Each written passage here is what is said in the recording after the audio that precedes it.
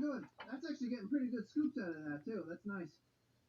Yeah, sometimes you gotta rip that with an excavator to get anything out of it, but...